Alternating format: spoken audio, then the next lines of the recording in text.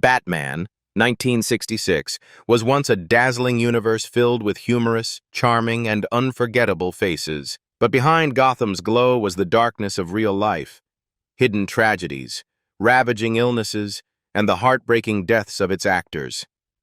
They once captivated the world in front of the screen, only to vanish later in terrifying silence. What really happened? Join us as we uncover the story behind the scenes. You won't believe it.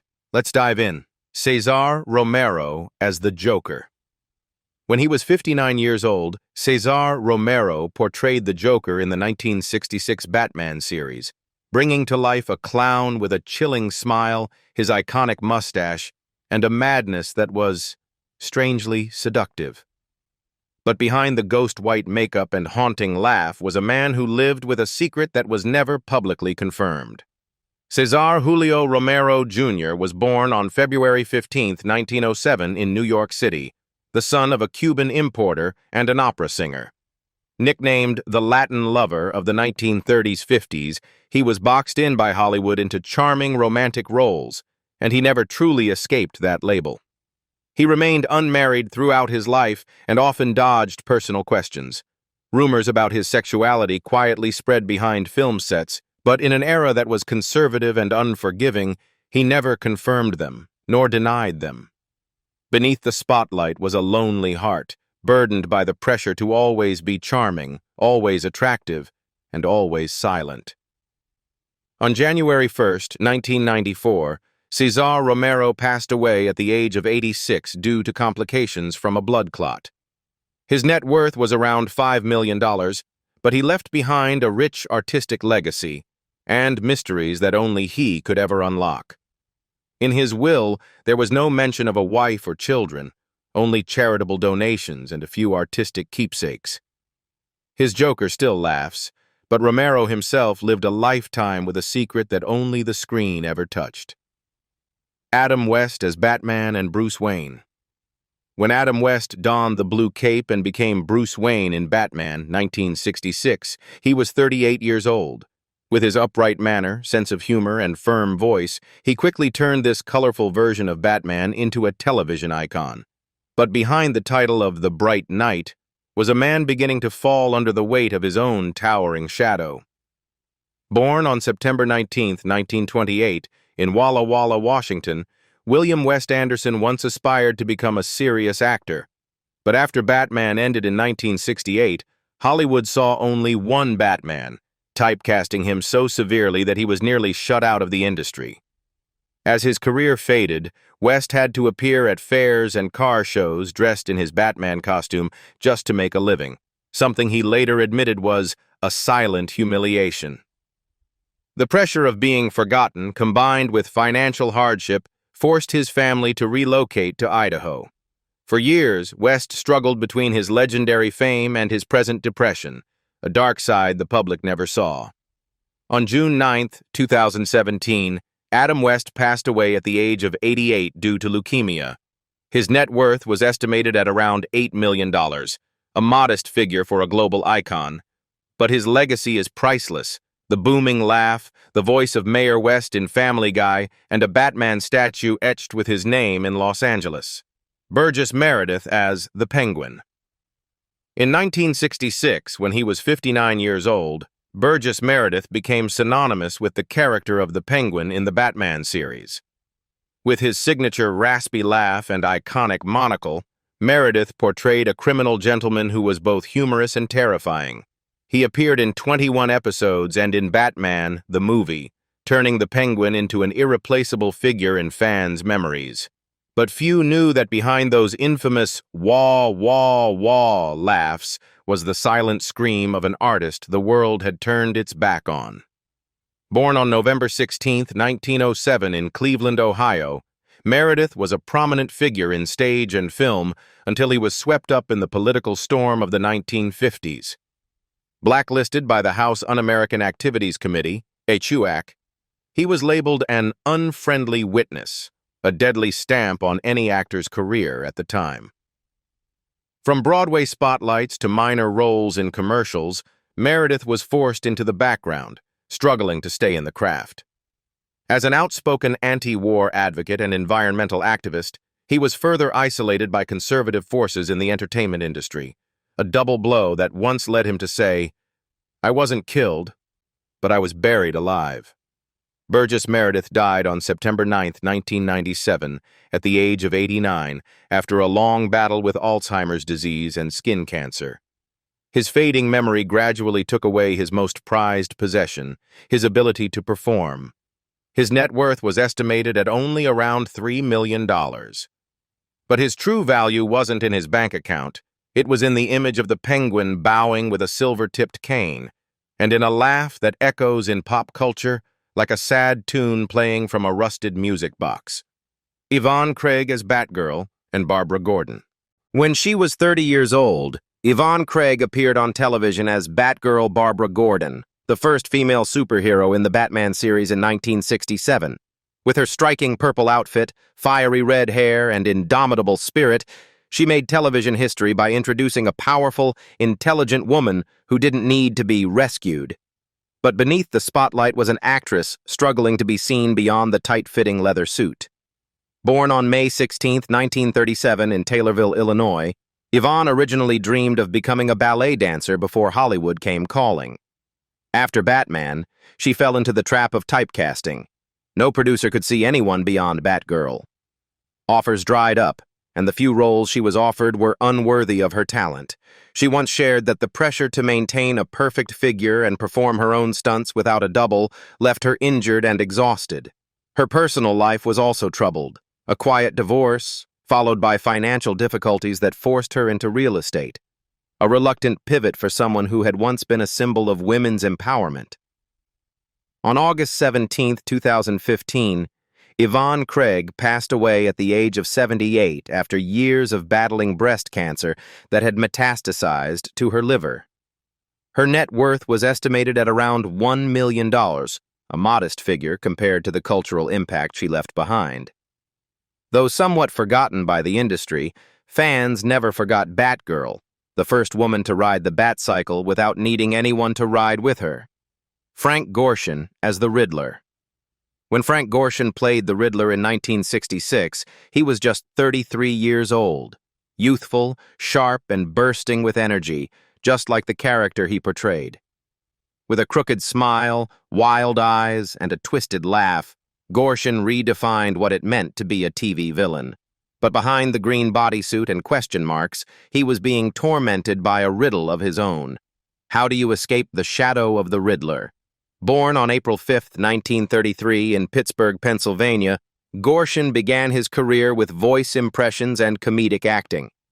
Yet after a breakout first season in Batman, he abruptly withdrew from season 2 due to a salary dispute, a decision he later admitted was a bitter mistake. Though he returned in the final season, the fracture had already been made. Gorshin sank deeper into a smoking habit, a destructive addiction he could never shake. The result was lung cancer, COPD, and pneumonia, 3 death sentences he carried to the end.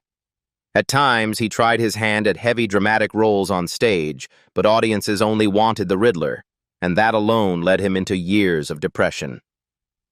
On May 17, 2005, Frank Gorshin passed away at the age of 72, right after completing one final role, as if the stage was the only place he could truly live. With a net worth of about $2 million, he left behind the legacy of an actor trapped between the brilliance and the shackles of fame. Alan Napier as Alfred Pennyworth. When Alan Napier took on the role of Alfred Pennyworth in Batman, 1966, he was 63 years old. With his elegant British accent and aristocratic presence, Napier portrayed a loyal, polished Alfred with a rare emotional depth for a butler character. But to him, this role, like many others, was just a quiet stop along a nearly 5-decade journey that never once included a leading part bearing his name. Born on January 7, 1903, in Kings Norton, Worcestershire, England, Alan studied alongside J.R.R. Tolkien and had a successful stage career in Britain before relocating to the U.S. However, the American dream wasn't a fairy tale.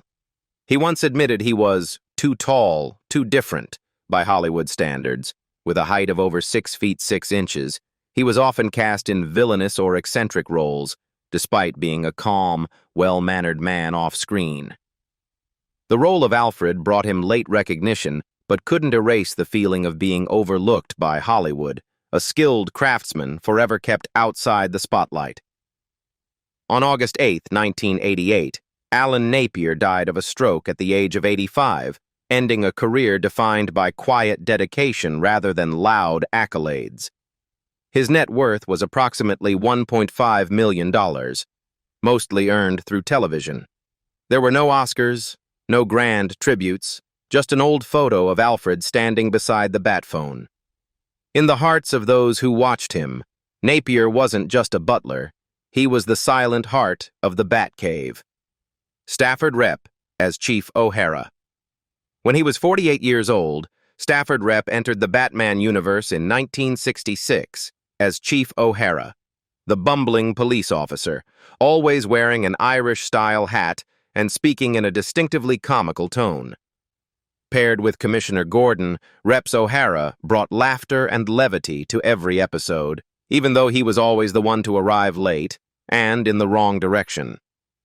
But what audiences didn't know was that behind the humor was a man silently shouldering the pressures of performance and a heart quietly breaking. Born on April 26, 1918 in San Francisco, California, Stafford Rep had served in the U.S. Air Force, a chapter of his life he rarely spoke of, as if it were a painful memory locked away. When he turned to acting, he never quite stood out, known only as the funny guy or the indispensable supporting actor. But the pressure to always be funny, always cheerful, slowly wore down his spirit. Rep once confided to a friend that he was tired of smiling while screaming inside. A heavy smoking habit, his psychological balm, eventually pushed him to the edge. Heart disease struck while he was still filming a television show, bringing about a painful and sudden end, like a scene that cut too soon. On November 5, 1974, Stafford Rep died suddenly of a heart attack at the age of 56, a major shock to colleagues and fans alike. His net worth at the time of his death was estimated at about $500,000. But to anyone who ever saw him stride onto the screen with his baton and awkward grin, Chief Ohara remains an irreplaceable part of childhood memories. A reminder that sometimes the smallest characters leave the biggest impressions. Neil Hamilton as Commissioner Gordon. When Neil Hamilton took on the role of Commissioner Gordon in Batman, 1966, he was 67 years old, with a kind face, a warm smile, and eyes always wide with confusion at the antics of Gotham's supervillains. As the figurehead of law and order in the city, Hamilton's Gordon wasn't the man with the gun. He was the man with the phone, calling Batman in every situation. But behind the innocence on screen, Hamilton was a veteran, someone who had lived through the silent film era and witnessed the rise of color television. Born on September 9, 1899 in Lynn, Massachusetts, Neil Hamilton was once a symbol of the silent film era, charming, debonair, starring alongside Hollywood's earliest leading ladies. But the spotlight faded. After World War II, his career collapsed dramatically. Major roles disappeared, replaced only by minor appearances and scattered television gigs. Hamilton found himself nearly penniless, relying on friends' kindness and low-paying commercial contracts to survive. In an unpublished memoir, he described this period as a quiet disgrace, when a former star waited hours just to appear for 30 seconds on a tiny screen. And then, as if by some strange twist of fate, it was the role of Commissioner Gordon, a secondary, often mocked character that became the lifeline pulling him from the brink. On September 24, 1984, Neil Hamilton passed away at the age of 85 from severe complications due to asthma, a condition that gradually weakened him in his final years. His net worth was estimated at around $1 million, modest for a career spanning over 60 years. And although he had once been a symbol of a bygone Hollywood era, in the end it was the name Gordon and the look in his eyes as he gazed at the bat signal that people remembered most. Madge Blake as Aunt Harriet Cooper. In 1966, when Madge Blake was 67 years old, she appeared in the Batman series as Aunt Harriet Cooper, the only woman in Wayne Manor bringing warmth, humor, and a sense of family to a world filled with superheroes and maniacal villains. But just 3 years after her first appearance, the name Madge Blake appeared in headlines once again, this time not for her role, but for her sudden death that left fans stunned.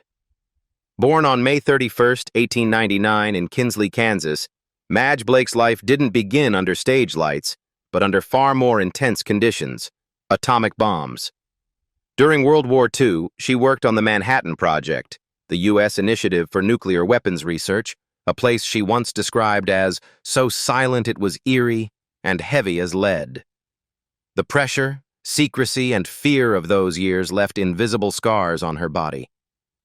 It was only after the war that she began her acting career, a late-blooming dream pursued with determination. However, her health declined rapidly in her final years, though on screen she still offered Aunt Harriet's loving smile. Fellow cast members later recalled that she often coughed harshly after leaving the set, yet she always pushed through to finish every scene. On February 19, 1969, Madge Blake died of a heart attack at the age of 69. Her passing came too swiftly, just as the show had stepped off the air, leaving the Batman cast without a chance to say goodbye.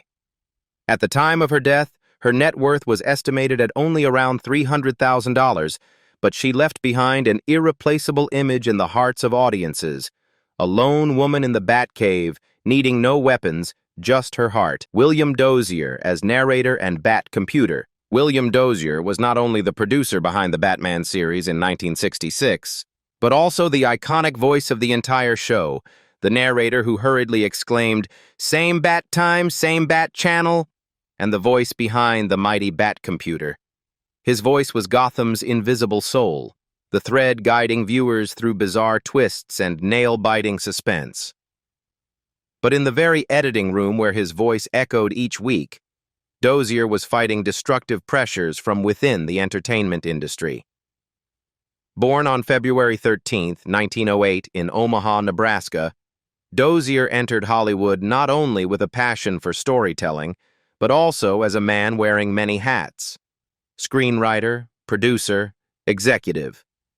Batman was a double-edged sword, the first season a massive hit, but by season 3, ratings plummeted and network pressure intensified. In a rare interview he once shared, "Art and profit are a permanent divorce." The tension between creative vision and commercial demands pulled Dozier into internal conflicts, budget cuts, and blame for the show's struggles. Though he was the voice that brought Batman into television legend, he was gradually pushed out of the narrative, like a forgotten storyteller left behind in his own script. William Dozier died of a stroke on April 23, 1991, at the age of 83. Though his death was not unexpected, it marked a quiet end for a man who once lit up Gotham's world, only to fade away in silence. His net worth was estimated at around $2 million, mostly from producing rather than the spotlight of performance. Cliff Robertson as Shame. Cliff Robertson played Shame in the Batman series in 1966, when he was 43 years old, a cowboy-styled villain who was both humorous and dangerous. With sharp eyes and the aura of an Academy Award winner, Robertson turned Shame into a standout moment among the show's colorful gallery of villains. But in real life, he battled forces far more frightening than any Gotham criminal. Born on September 9, 1923, in La Jolla, California, Cliff Robertson was known as one of the great talents of American cinema. But in 1977, when he exposed a forged signature scandal involving stolen paychecks by a Columbia Pictures executive, he wasn't thanked. He was punished. Hollywood turned its back on him. Robertson was blacklisted from many major projects and forced to take minor roles with sparse appearances on screen. "I told the truth and got kicked out of the party," he once said bitterly in an interview. His personal life brought no relief. His divorce from Dina Merrill added to his wounds, and the fame that had once made him proud became a heavy burden.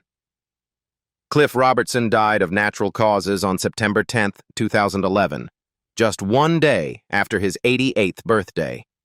His net worth was estimated at around $5 million, and though his role as Shame in Batman was just a small piece of his vast career, it reflected the man Cliff was, always stepping onto the battlefield, whether armed with a toy gun or the truth. Heroes don't always wear capes. Sometimes they're simply the ones who speak up when everyone else stays silent. Anne Baxter, as Zelda the Great.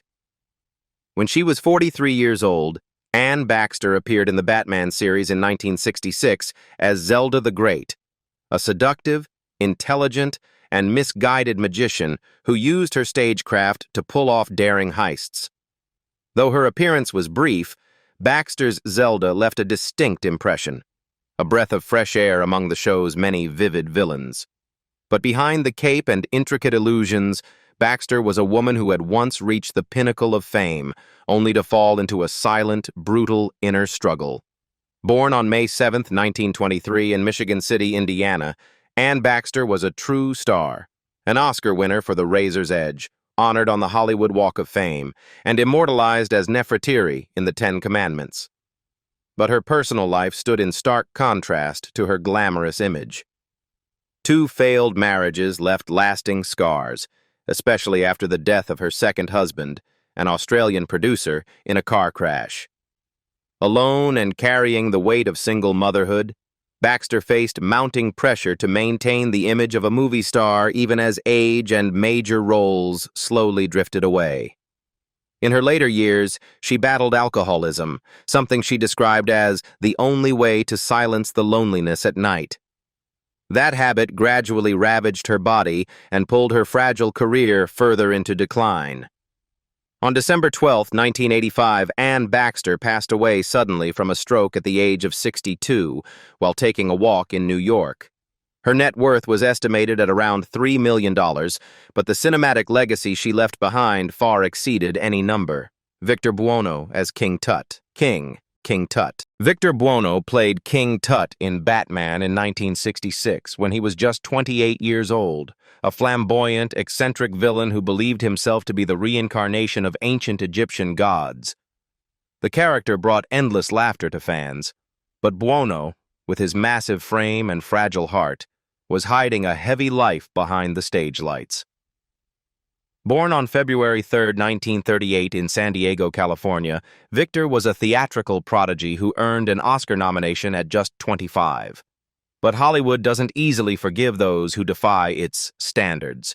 Because of his large physique and unconventional looks, he was typecast in comedic, villainous, or bizarre roles, despite possessing talent that far exceeded what he was allowed to showcase.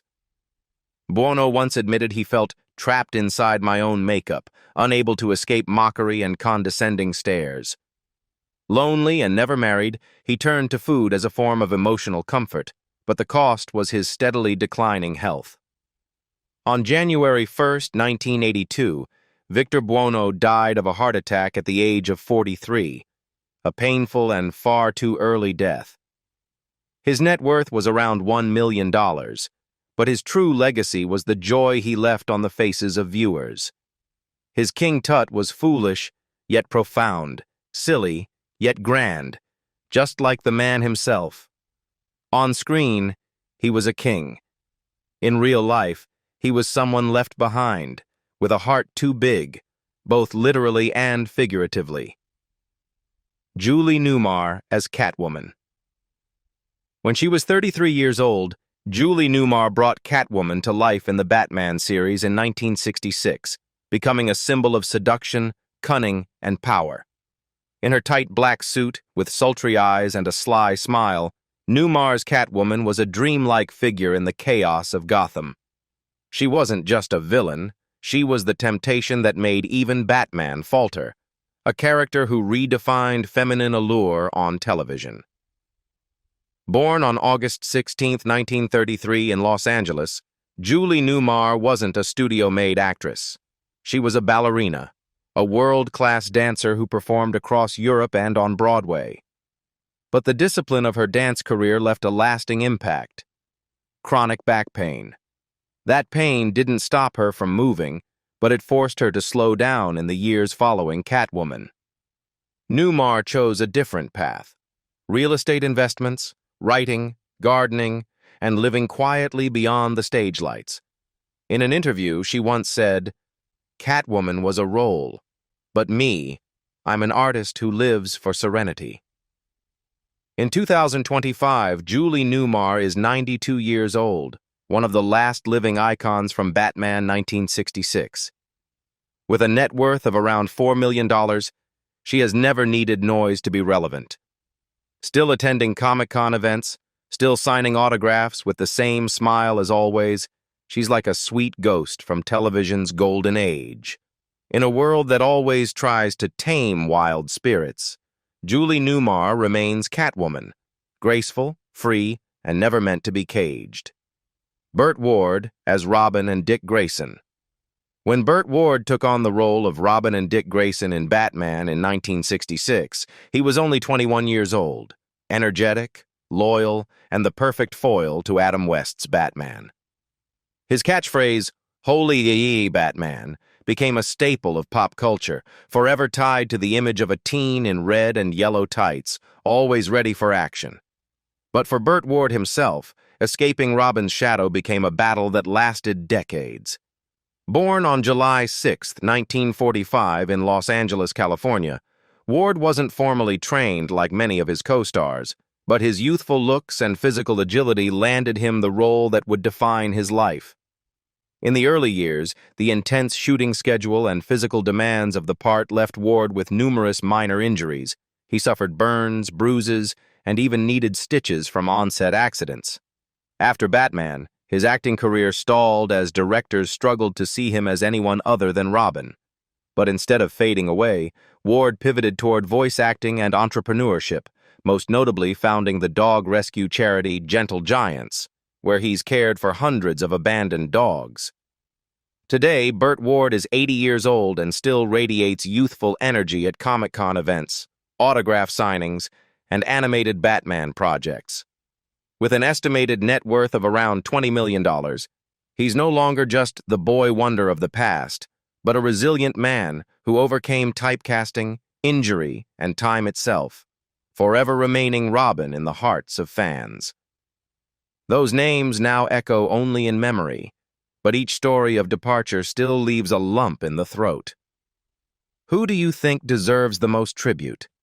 Share your thoughts in the comments, and don't forget to like, comment, and subscribe so you never miss another touching story.